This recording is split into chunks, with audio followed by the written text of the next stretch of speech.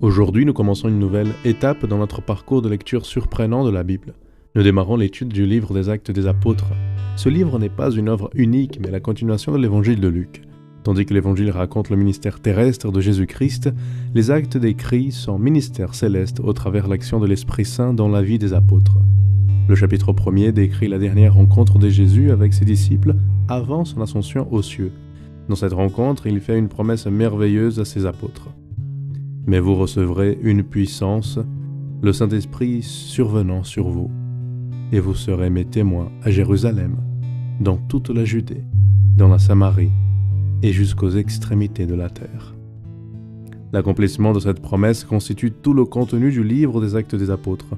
On y retrouve les débuts de l'expansion du christianisme qui, en peu d'années, a atteint le monde entier au travers le témoignage d'hommes simples qui ont réalisé des choses grandioses par l'intermédiaire du pouvoir de l'Esprit Saint. Aujourd'hui, le christianisme est une des plus grandes religions du monde, avec plus de 2 milliards de fidèles. Et il est présent dans presque tous les pays de la planète. Si nous considérons que tout a commencé il y a 2000 ans en arrière avec un petit groupe de personnes humbles, nous pouvons apprécier l'œuvre extraordinaire que le Saint-Esprit peut réaliser dans la vie de ceux qui se disposent à être guidés par lui. La grande nouvelle est que le même pouvoir accordé à ces hommes-là nous est mis à disposition aujourd'hui.